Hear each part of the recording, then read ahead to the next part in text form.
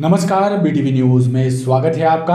आइए खबरों की शुरुआत करते हैं इस खबर के साथ। सावन मास में संस्कारधानी में विभिन्न धार्मिक कार्यक्रमों का क्रम जारी है। इसी कड़ी में सावन मास के दूसरे मंगलवार को करमचंद चौक दुर्गा मंदिर प्रांगण से विशाल झंडा शोभा यात्रा निकाली गई। श्रद्धालु झंडा लेकर गड़ा फाटक स्थित बड़ी महाकाली माता मंदिर पहुंचे, जहां माता महाकाली को धर्म ध्वज अर्पित कर जन कल्याण की कामना की गई।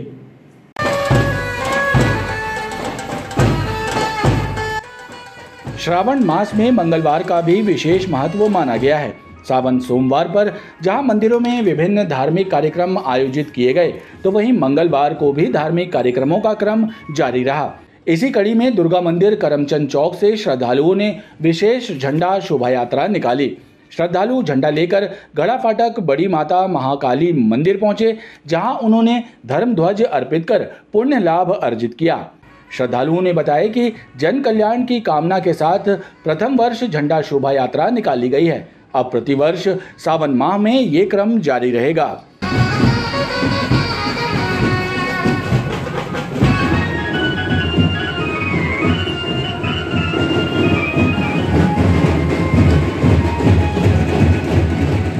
श्रावण का पावन अवसर चल रहा है और श्रावण के इस अवसर पर हम सभी श्रद्धा भाव और आस्था के साथ भगवान की आराधना और पूजन का काम कर रहे हैं। मैं माता महाकाली से प्रार्थना करता हूं कि मेरे जबलपुर संस्कारधानी में हमेशा अपने आशीर्वाद की वर्षा करें। करमचंद चौक में दुर्गा मंदिर है माता जी का, वहां से लेकर मालवी चौक, कमंडी चौक से गड़ा फाटक काली जी के स्थान पर पहुंचेंगे। वहां पर झंडा का ध्वजारोहण किया जाएगा। ये प्रथम वर्ष है। आगामी हर वर्ष के लिए नियम बना लिया गया है। जर्जर भवन बारिश के मौसम में हादसों का सबब ना बने, इसके लिए 86 जर्जर भवनों के मालिकों को नगर निगम ने नोटिस जारी किए हैं। एक एक कर इन भवनों को हटाया जाएगा। नगर निगम की भवन शाखा ने 86 जर्जर भवन चिन्हित किए हैं। इनके भवन स्वामियों को नोटिस जारी कर भवन का उपयोग नहीं करने की सख्त हिदायत दी गई है। अधिकारियों का कहना है कि एक एक कर सभी 86 भवनों को तोड़ा जाएगा, ताकि ये जर्जर भवन किसी हादसे का सबब ना बन पाएं। एक तो बहुत तेज बारिश में नहीं हो पाती कार्रवाई, और अन्यथा कोई कारण नहीं है कि उन्हें छोड़ा जाए, धीरे धीरे करके। और मुख्य कारण इनमें जो कार्रवाई नहीं होती है उसका है कि उसमें किराएदार रह रहे हैं, और किराएदार और मकान मालिक के बीच हमेशा विवाद है। तो हमारा काम मकान खाली कराना है, तोड़ देना अवश्य है। तो ऐसे मकान हम नहीं तोड़ पाते जिनमें किराएदार। आमतौर पर जर्जर भवन की कार्रवाई बारिश से पहले की जाती है, लेकिन इस बार अब तक नहीं हो पाई है। अधिकारियों की लेट लतीफी भी चर्चा का विषय बनी हुई है।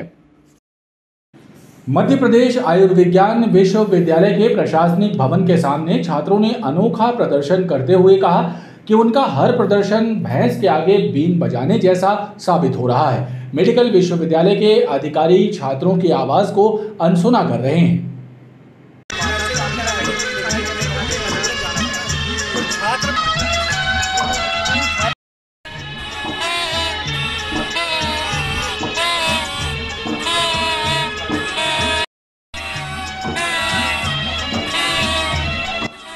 भैंस के आगे बीन बजाना, ये कहावत तो कई बार सुनी, लेकिन इसे साकार होते देखा मेडिकल विश्वविद्यालय के प्रशासनिक भवन के सामने। यह अनोखा विरोध प्रदर्शन कर रहे छात्र मध्य प्रदेश छात्र संघ के सदस्य हैं और अपनी लंबित मांगों को लेकर आक्रोश जता रहे हैं। छात्र संघ के सदस्यों का कहना है कि सत्र 2020-2021 की नर्सिंग एवं पैरामेडिकल पाठ्यक्रम की परीक्षाएं अब तक आयोजित नहीं की गई हैं और वर्ष 2023 को शून्य वर्ष घोषित करने की तैयारी है। अधिकारियों की लापरवाही और मनमानी के चलते हजारों छात्र छात्राओं का कैरियर चौपट हो रहा है। आज जो दृश्य आपने देखा भैंस के आगे बीन बजाना, ये इस चीज़ को चरितार्थ कर रहा है कि यहाँ का कुलपति, मध्य प्रदेश शासन में पदस्थ समस्त चिकित्सा शिक्षा मंत्री, मुख्यमंत्री, राज्यपाल छात्रों की आवाज़ को अनसुना कर रहा है। लगातार 20-21 सेशन के नर्सिंग पैरामेडिकल स्टूडेंट्स के आज दिनांक तक परीक्षाएं नहीं कराई गई, प्रथम ईयर की भी। एवं आज ये जो करंट एकेडमिक ईयर चल रहा है 23-24 का, उसको ये जीरो ईयर घोषित कर रहे हैं नर्सिंग और पैरामेडिकल के लिए, जो कि काला दिन हमारे लिए, काला इतिहास है ये। यहाँ के बच्चों को मजबूरन कर रहे हैं प्राइवेट यूनिवर्सिटीज़ के लिए कूच करने को, अन्य प्रदेशों में जाकर शिक्षा का मतलब उनको महंगी पड़ेगी। तो ये कहीं ना कहीं छात्र विरोधी इनका निर्णय है।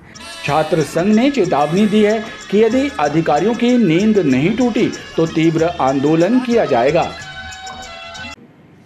प्रतिबंध के बाद भी नर्सों द्वारा की गई प्रदेशव्यापी हड़ताल के मामले में दायर याचिका पर मंगलवार को चीफ जस्टिस रवि मलिमठ और जस्टिस विशाल मिश्रा की डिवीजन बेंच ने पुनः सुनवाई हुई।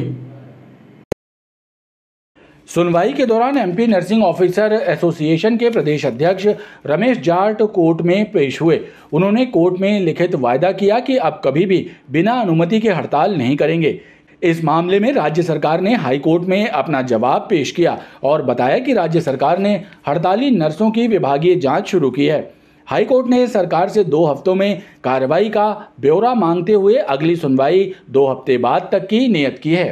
के द्वारा एक अंडरटेकिंग भी रिकॉर्ड की गई कि आगे भविष्य में वो कभी भी स्ट्राइक में जाने के पहले न्यायालय की अनुमति लेंगे और किसी भी स्थिति में न्यायालय की अनुमति के बगैर वो स्ट्राइक में नहीं जा सकते हैं। इस तथ्य को ध्यान में रखते हुए, उनके इस वचन को रिकॉर्ड पर लेते हुए न्यायालय ने उनको 2 हफ्ते का समय दिया है जवाब प्रस्तुत करने के लिए। साथ ही साथ सरकार की ओर से भी दस्तावेज प्रस्तुत किए गए कि स्ट्राइक वाली नर्सों के खिलाफ विभागीय जाँच करने के लिए नोटिस जारी कर दिए गए हैं। तो न्यायालय ने इसलिए उनको भी ये समझ दिया कि 2 सप्ताह के अंदर जो क्या कार्रवाई की गई उसकी विस्तृत रिपोर्ट लिखित में प्रस्तुत करें और 2 हफ्ते के बाद के लिए सुनवाई तय की गई है। पनागर थाना क्षेत्र के ग्राम बघौड़ा में पुल पर बाइक लेकर खड़ा एक व्यक्ति अचानक पानी का बहाव तेज होने के बाद बाइक सहित पर्यट नदी में बह गया। देर रात हुई इस घटना की जानकारी मिलने के बाद पुलिस मौके पर पहुंच गई थी। पुलिस द्वारा मंगलवार की सुबह तलाश का अभियान शुरू किया गया, लेकिन अब तक पुलिस और रेस्क्यू टीम को कोई सफलता नहीं मिली है। पनागर थाना क्षेत्र के ग्राम खिरिया पनागर में रहने वाले 35 साल का एक युवक मुकेश पटेल ग्राम बघौड़ा में बाइक सहित पर्यट नदी में बह गया।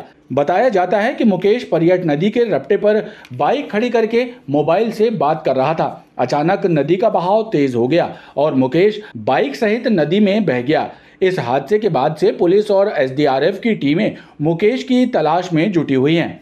अपनी बाइक खड़ी करके बघौड़ा पुल पे खड़े होकर किसी से फ़ोन पर बात कर रहे थे। इस दौरान जैसे ही वाटर लेवल वहाँ पे बढ़ा तो वो बहाव के साथ चले गए। उनकी बाइक भी बह गई है उसमें। इसमें उनके परिजनों को सूचित किया गया और लगातार इसमें रेस्क्यू ऑपरेशन चलाया जा रहा है। अभी तक उनकी दस्तयाबी नहीं हो पाई है, लेकिन लगातार इसमें रेस्क्यू ऑपरेशन जारी है। इधर इस घटना के बाद से मौके पर लोगों का हुजूम लगा हुआ है। हालांकि पानी का बहाव तेज होने से रेस्क्यू टीम को थोड़ी दिक्कतों का सामना करना पड़ रहा है। फिर भी रेस्क्यू दल युवक की तलाश कर रहा है। आबकारी विभाग की टीम ने मंगलवार को चांदमारी की तलैया में अवैध कच्ची शराब बनाने के ठिकानों पर छापा मारा। इस दौरान एक घर से पन्नियों में पैक की गई 70 लीटर से ज्यादा अवैध कच्ची शराब जब्त कर आरोपी को मौके पर गिरफ्तार किया गया। आबकारी विभाग के अधिकारियों ने बताया कि मुखबिर की सूचना पर गमापुर थाना क्षेत्र चांदमारी की तलैया में अवैध शराब बेचने और बनाने वालों के ठिकानों पर छापा मारा गया। इस दौरान हर्ष कुचबंदिया के कब्जे से 70 लीटर अवैध हाथ भट्टी कच्ची शराब जब्त की गई। साथ ही आरोपी के विरुद्ध प्रकरण दर्ज कर उसे गिरफ्तार किया गया है। आज सूचना प्राप्त हुई थी कि चांदमारी की तलैया के पास कुचबंदिया मोहल्ले में अवैध कच्ची शराब बनाने का कारोबार चल रहा है। वहाँ पर टीम गठित करके और दबिश देने पर हर्ष कुचबंदिया नामक एक लड़का मिला, जिसके घर की तलाशी लेने पर 70 लीटर हाथ भट्टी कच्ची शराब बरामद की गई है, जिन्हें वो पन्नियों में पैक कर रहा था और पन्नियों में पैक करके ग्राहकों को बेचता। आरोपी को मौके पर मध्य प्रदेश आबकारी अधिनियम की धारा 34(2) के तहत गिरफ्तार कर लिया गया है। आरोपी से पूछताछ के बाद बुधवार को उसे न्यायालय में पेश किया जाएगा। रांझी थाना क्षेत्र मानेगांव गांधी चौक में स्थित एक किराना दुकान में बीती रात अज्ञात चोरों ने दुकान के ताले तोड़कर चोरी करने का प्रयास किया। इतना ही नहीं, चोरों ने दुकान के पास लगे सीसीटीवी कैमरों को तोड़ दिया। हालांकि ये वारदात सीसीटीवी कैमरों में कैद हुई है। इस घटना से व्यापारी दहशत में है। बीती रात भी गांधी चौक पर स्थित एक किराना दुकान में अज्ञात चोरों ने ताला तोड़कर चोरी की वारदात को अंजाम देने का प्रयास किया, लेकिन जब चोर सफल नहीं हुए तो उन्होंने दुकान के पास लगे सीसीटीवी कैमरे तोड़ दिए और भाग खड़े हुए। हालांकि चोरी करने पहुंचे चोरों की करतूत सीसीटीवी कैमरे में कैद हो गई। दुकान संचालक इस वारदात से दहशत में हैं। उन्होंने रांची पुलिस से क्षेत्र में गश्त बढ़ाने और चोरों की पतासाजी करने की मांग की है। यहाँ किराने का व्यापार करता हूँ।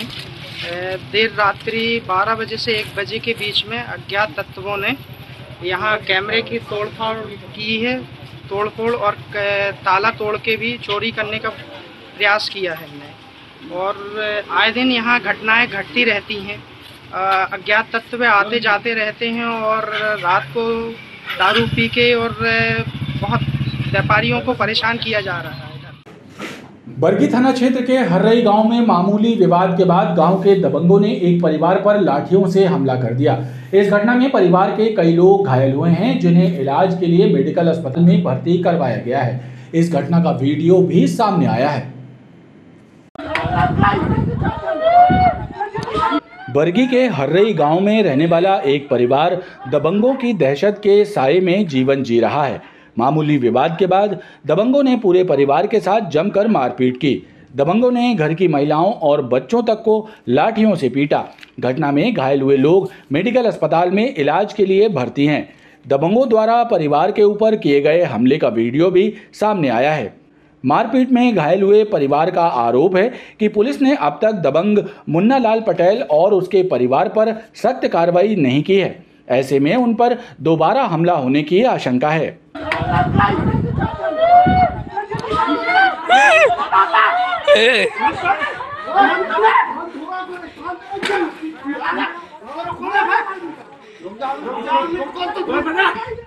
कहने लगे तुम यहाँ क्या दीवार क्यों उठा रहे? हमने कहा सर आपका सेफ्टी टैंक का पानी गिरता है इसलिए अपन दीवार उठा रहे, हम यहाँ किचन बना रहे। जी गाली देने लगे, बस गाली दे के और बस लाठी इन्हें मारना हमला ही कर दिया।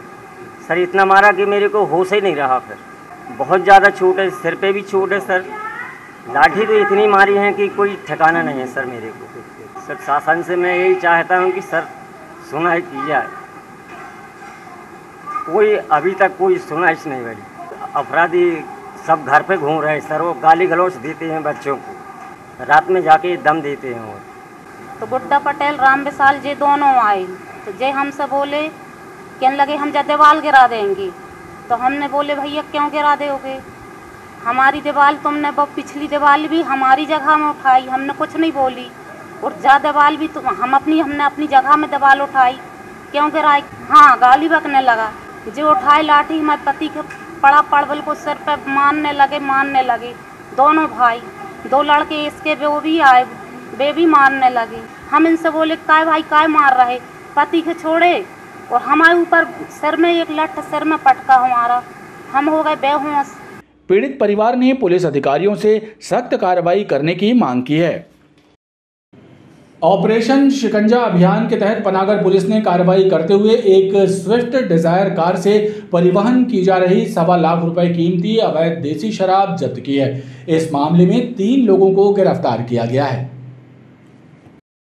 सिहोरा पुलिस ने जानकारी देते हुए बताया कि मुखबिर की सूचना पर ग्राम बघौड़ा में घेराबंदी कर एक स्विफ्ट डिजायर कार को पकड़ा गया। तलाशी लेने पर कार से 24 खाकी कार्टूनों में 1200 पाव अवैध देसी शराब बरामद की गई। पुलिस ने कार सवार 3 लोगों विकास पटेल, पंकज ठाकुर और वीरेंद्र सिंह को गिरफ्तार किया। इनसे पूछताछ करने में तीनों ने बताया कि उखरी निवासी चंद्रशेखर ठाकुर के कहने पर धर्मेंद्र पटेल ग्राम पौड़ी के द्वारा लमना से शराब कार में लोड कराई गई थी, जिसे जबलपुर लाया जा रहा था। पुलिस ने मामले में आबकारी एक्ट का मामला दर्ज कर धर्मेंद्र और चंद्रशेखर की तलाश शुरू कर दी है। बरेला थाना क्षेत्र पड़वार रोड पर गौर नदी के तेज बहाव में ट्रैक्टर सहित बह गए 2 युवकों में से एक युवक का शव घटनास्थल से दूर बरामद किया गया। पुलिस और एसडीआरएफ की टीम ने रेस्क्यू ऑपरेशन के दौरान युवक का शव बरामद किया और शव को नदी से बाहर निकालकर पोस्टमार्टम के लिए भेजा। रेस्क्यू टीम अब दूसरे युवक की भी तलाश कर रही है। बरेला थाना क्षेत्र पड़वार रोड पर स्थित सलैया पुल से सोमवार को गौर नदी में ट्रैक्टर सहित बह गए 2 युवकों सौरभ लोधी और राजा चौधरी में से राजा चौधरी का शव मंगलवार को एसडीआरएफ और पुलिस की टीम ने घटनास्थल से करीब 2 किलोमीटर आगे बरामद कर लिया। एसडीआरएफ और पुलिस की टीम ने शव को नदी से बाहर निकालने के बाद शव को पोस्टमार्टम के लिए भिजवाया। पुलिस और एसडीआरएफ की टीम अब दूसरे युवक की तलाश में जुटी हुई है। कल सुबह 9:30 बजे की घटना है। परतला निवासी 2 लड़के हैं, एक 24 साल का, एक 26 साल का, सौरभ चौधरी है और एक लोधी लड़का है। तो तेज़ बहाव एकदम से आ जाने के कारण ट्रैक्टर ट्रॉली खाली लेके वो जा रहे थे, तो उसके कारण वो बह गए। तो रेस्क्यू मिशन कल से ही चालू था और आज एक की बॉडी मिल गई है राजा चौधरी की और दूसरी के लिए भी तलाश जारी है। जाके झाड़ी नीचे जाके बहुत कोहरा के पास एक बॉडी मिली है, जिसको यहाँ किनारे लाया गया है और पंचनामा वगैरह किया जा रहा है। यहाँ पुल के ऊपर से पानी था, उसने शराब के नशे में ड्राइवर ने तो गाड़ी को पेल लिया और वो जाके ट्रैक्टर पलट गया। बताया जाता है कि इस रेस्क्यू अभियान में एसडीआरएफ की 8 सदस्यीय टीम भी शामिल है, जिसकी मदद से युवकों की तलाश की जा रही थी। बताया ये भी जाता है कि नदी में बहे युवक शराब के नशे में थे और मना करने के बावजूद वो ट्रैक्टर लेकर पुल पार कर रहे थे और ये हादसा हो गया।